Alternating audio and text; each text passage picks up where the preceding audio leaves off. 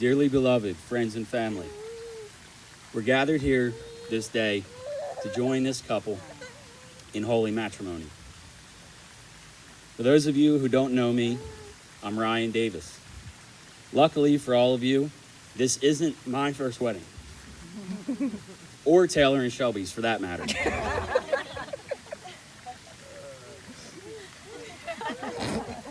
We have the folks at Lafitte's blacksmith shop to thank for paving our way to this altar, at least the part that involves me. Last March, we were over in the city for my wife's 21st birthday.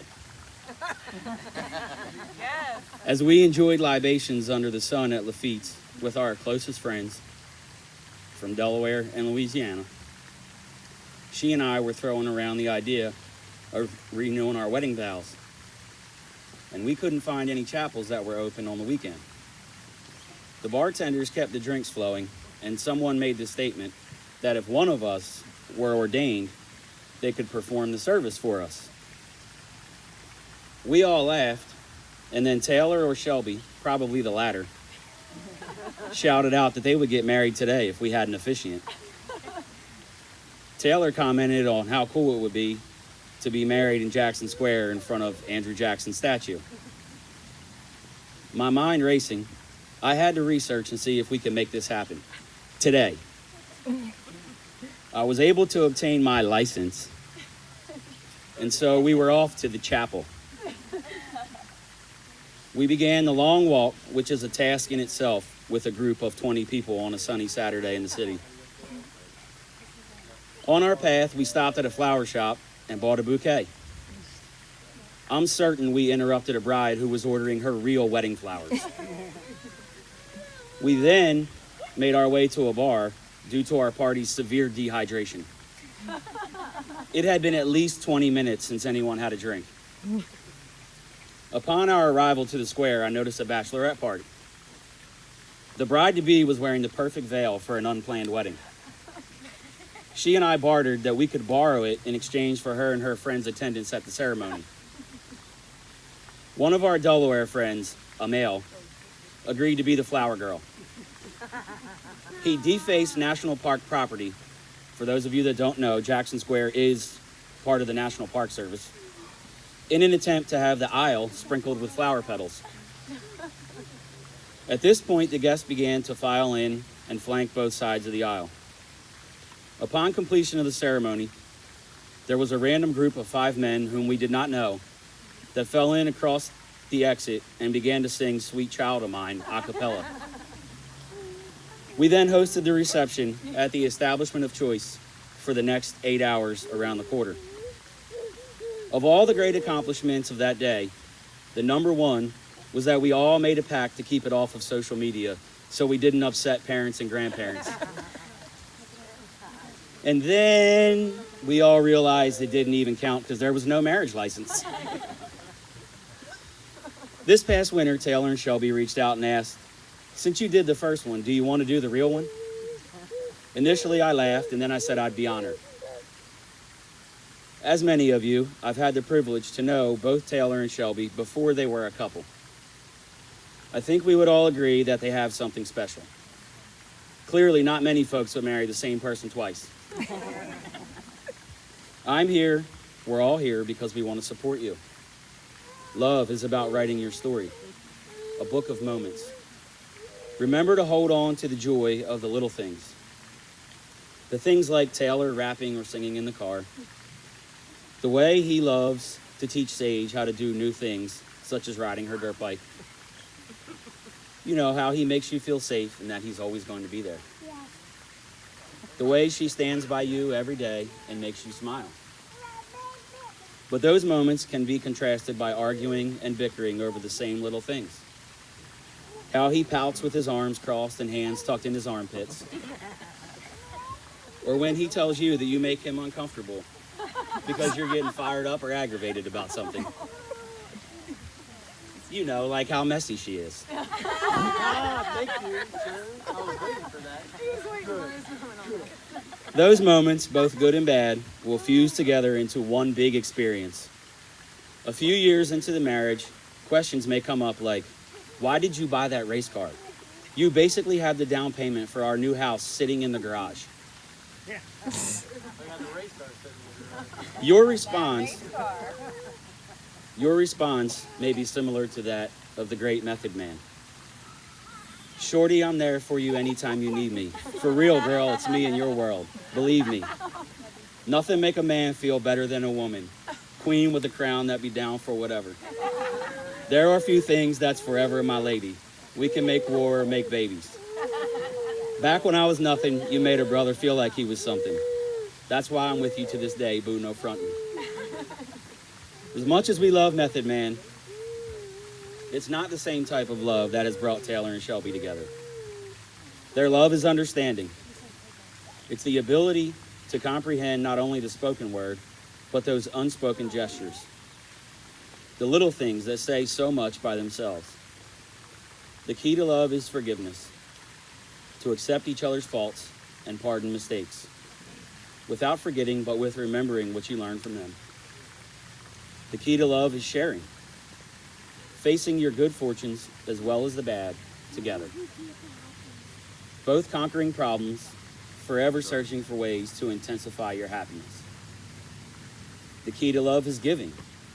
Without thought of return, but with the hope of just a simple smile, and by giving in, yet never giving up. The key to love is respect. Realizing that you are two separate people with different ideas, and that you don't belong to each other, that you belong with each other, and you share a mutual bond. The key to love is inside us all. It takes time and patience to unlock all the ingredients that will take you to its threshold.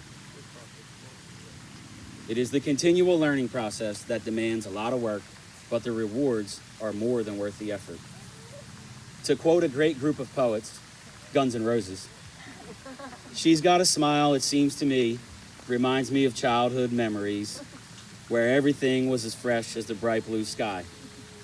Now and then when I see her face, she takes me away to that special place, and if I'd stare too long, I'd probably break down and cry.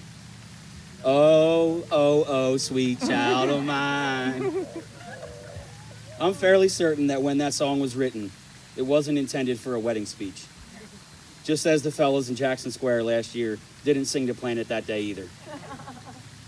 When I think of the word love, I can't find a better explanation than the book of Corinthians, chapter 13. If I speak in the tongues of men and of angels, but have not love, I'm a noisy gong or a clanging cymbal. And if I have prophetic powers and understand all mysteries and all knowledge, and if I have all faith so as to remove mountains, but have not love, I am nothing.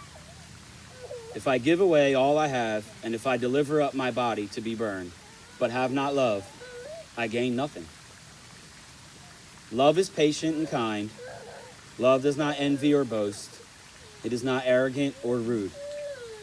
It does not insist on its own way, and it's not irritable or resentful.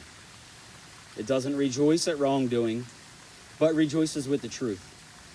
Love bears all things, believes all things, hopes all things, endures all things. Love never ends. As for prophecies, they will pass away. As for tongues, they will cease. As for knowledge, it will pass away. For we know in part, and we prophesy in part, but when the perfect comes, the partial will pass away. When I was a child, I spoke like a child. I thought like a child. I reasoned like a child. When I became a man, I gave up childish ways. For now we see in a mirror dimly, but then face to face. Now I know in part, then I shall know fully, even as I have been fully known. So now, faith, hope, and love abide, but the greatest of these is love. At some moment, you decided to marry. We all know when that moment was. From that moment of yes to this moment of yes, indeed, you have been making promises and agreements in an informal way. All those conversations that were held riding in a car or over a meal or during long walks, all those sentences that began with, when we're married, and continued with, I will, you will, we will, Those late night talks that included someday, somehow, maybe, and all those promises that are unspoken matters of the heart. Just two people working out what they want, whether they believe, and what they hope for each other. All these common things and more are the real process of a wedding. The symbolic vows that you are about to make are a way of saying to one another, you know all those things we've promised and hoped and dreamed? Well, I meant it all, every word. Look at one another and remember this moment in time. Before this moment, you've been many things to one another. Acquaintances, friends, companions, lovers, dancing partners, and even teachers. For you have learned much from one another in these last few years. You have learned that good company and friendship count for more than wealth, good looks, or position. And you've learned that marriage is a maze into which we wander, a maze that is best got through with a great companion. Now you shall say a few words that take you across a threshold of life, and things will never quite be the same between you.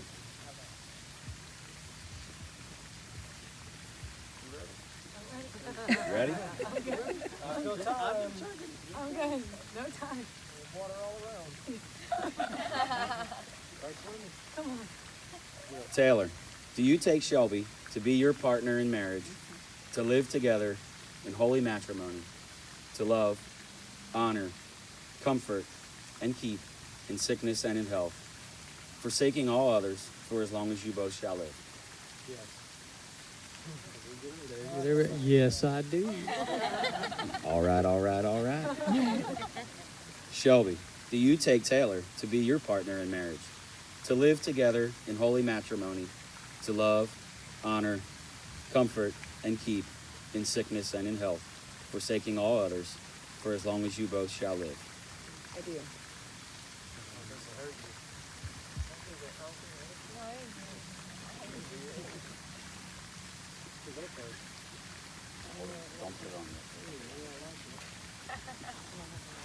Please repeat after me. Repeat after me. I, Manuel Taylor Soto, take you, Shelby Ann Mullis, to be my partner in marriage, Be my partner in marriage. to have and to hold from this day forward, Having to hold for this day forward. for better, for worse, for richer, for poor, For better, for worse, richer or poor.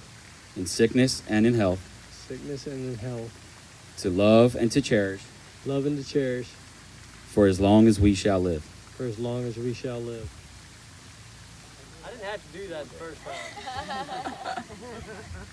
I, Shelby Ann Mullis, I, Shelby Ann Mullis, take you, Manuel Taylor Soto, take you, Manuel Taylor Soto, to be my partner in marriage, to be my partner in marriage, to have and to hold from this day forward, to have and to hold from this day forward, for better, for worse, for richer, for poor, for better, for worse, for richer or poor, in sickness and in health, in sickness and in health, to love and to cherish, to love and to cherish, for as long as we shall live. for as long as we shall live.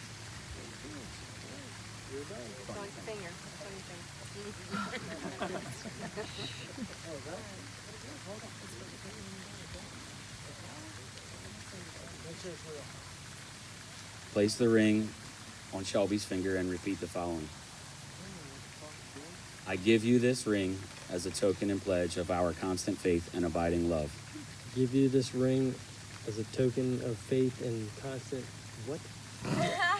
Pledge of love. Yes. All that love. Place the ring on Taylor's finger. I give you this ring as a token and pledge of our constant faith and abiding love. I give you this ring As a token and pledge as a token and pledge of our constant faith and abiding love. of our constant faith and abiding love.